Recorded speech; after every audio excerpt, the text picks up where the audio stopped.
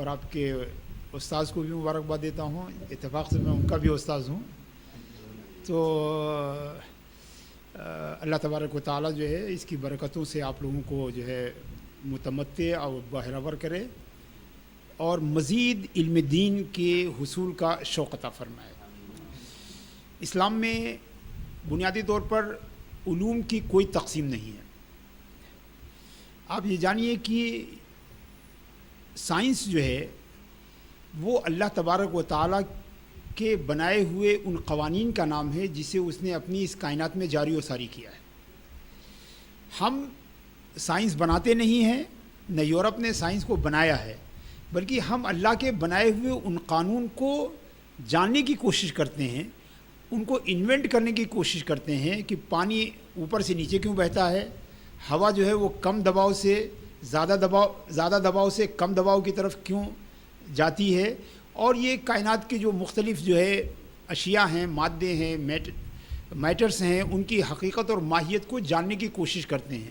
گویا سائنس جو ہے وہ کچھ ایسا نہیں کہ کوئی امپورٹڈ چیز ہے، بلکہ سائنس ان قوانین فطرت کا نام ہے، نیچر آف لاز کا نام ہے، جو اللہ تبارک و تعالیٰ نے اپنی حکمت بالغہ سے جو ہے جنہیں بنایا اور جنہیں کائنات میں جاری اور ساری کیا. بدقسمتی سے کچھ دنوں سے پہلے سے ہمارے یہاں ایک کلاسیفیکیشن ہو گیا صاحب، یہ دین کا علم ہے اور یہ دنیا کا علم ہے، اور یہ کلاسیفیکیشن بالکل غلط. دین کا علم وہ علم ہوتا ہے جس کا مقصد اللہ کی رضا ہوتی ہے، جس کا مقصد رسول اللہ صلی اللہ علیہ وسلم کی رضا جوئی ہوتی ہے. اور دنیا کا علم وہ ہے جس کا مقصد دنیا طلبی ہوتی ہے، دنیا کو کمانا ہوتا ہے، دنیا کو حاصل کرنا ہوتا ہے. اب اگر کوئی شخص میڈیسن کی ایجوکیشن لے کر اللہ کے بندوں کی خدمت کی نیت سے وہ میڈیسن کا حاصل کرتا ہے تو یہ میڈیسن کا علم جو ہے یہ دین کا علم ہے. اور اگر کوئی قرآن و حدیث اس لیے پڑھتا ہے کہ خوب پیسے کمائیں گے اس کے ذریعے، تو قرآن و حدیث کا یہ علم دنیا کا علم ہے. تو علم کا کلاسیفیکیشن سبجیکٹ وائز نہیں ہے، بلکہ جس مقصد کے لیے آپ علم حاصل کر رہے ہیں اس مقصد کے اعتبار سے ہے، انٹینشن کے اعتبار سے، آپ کی نیت کے اعتبار سے ہے کہ جس علم کے حصول کا مقصد دنیا حاصل کرنا ہے وہ دنیاوی علوم ہے، اور جن علوم کے حصول کا مقصد آخرت حاصل کرنا ہے، اللہ کی رضا جوئی حاصل کرنا ہے، وہ دینی علم ہے. جب خالد بن ابی ولید کی فوجیں بیت المقدس کے پاس پہنچی تھیں، بیت المقدس کے قریب جو ہے وہ پہنچی تھیں، تو وہاں پر پادری جو ہے وہ بیٹھ کے بحث کر رہے تھے کہ حضرت عیسیٰ علیہ السلام کو جس لکڑی پر جو ہے پھانسی دی گئی ہے وہ لکڑی کس درخت کی تھی.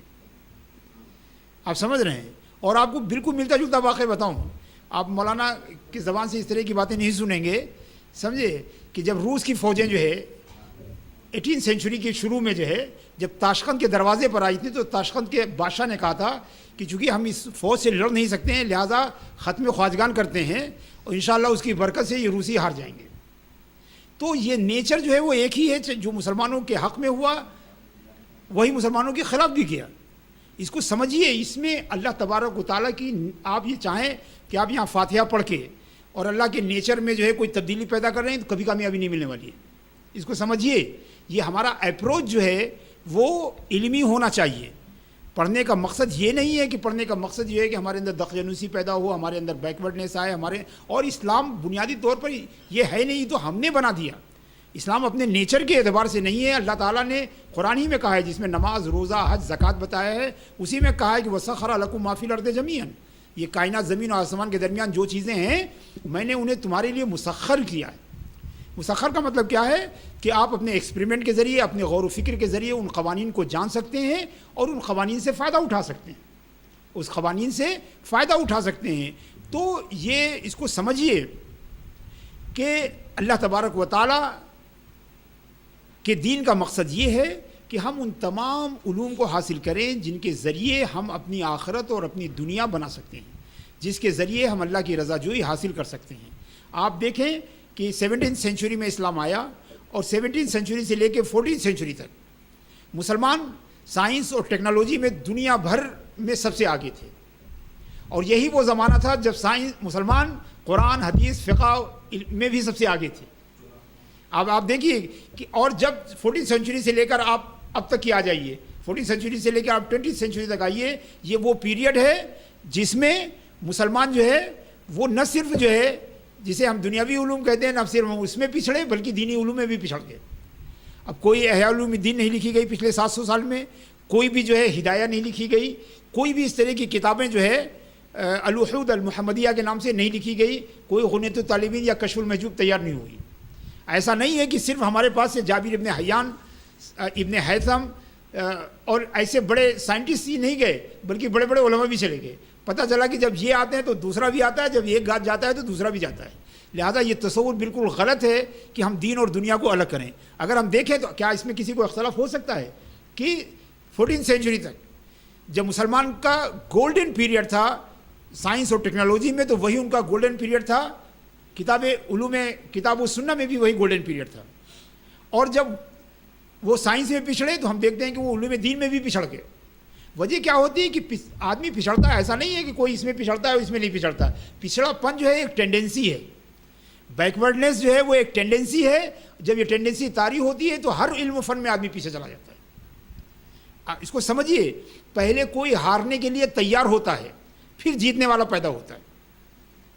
اس کو سمجھیے کہ پہلے کوئی ہارنے کے لیے، ہمارے اندر ہزیمت کی صلاحیت پہلے پیدا ہوتی ہے، پھر ہم کو فتح کرنے والا بعد میں پیدا ہوتا ہے.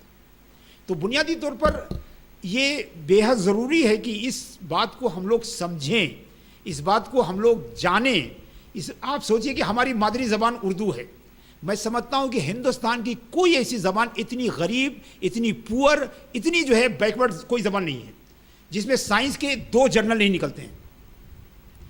پورے اردو زبان میں ایک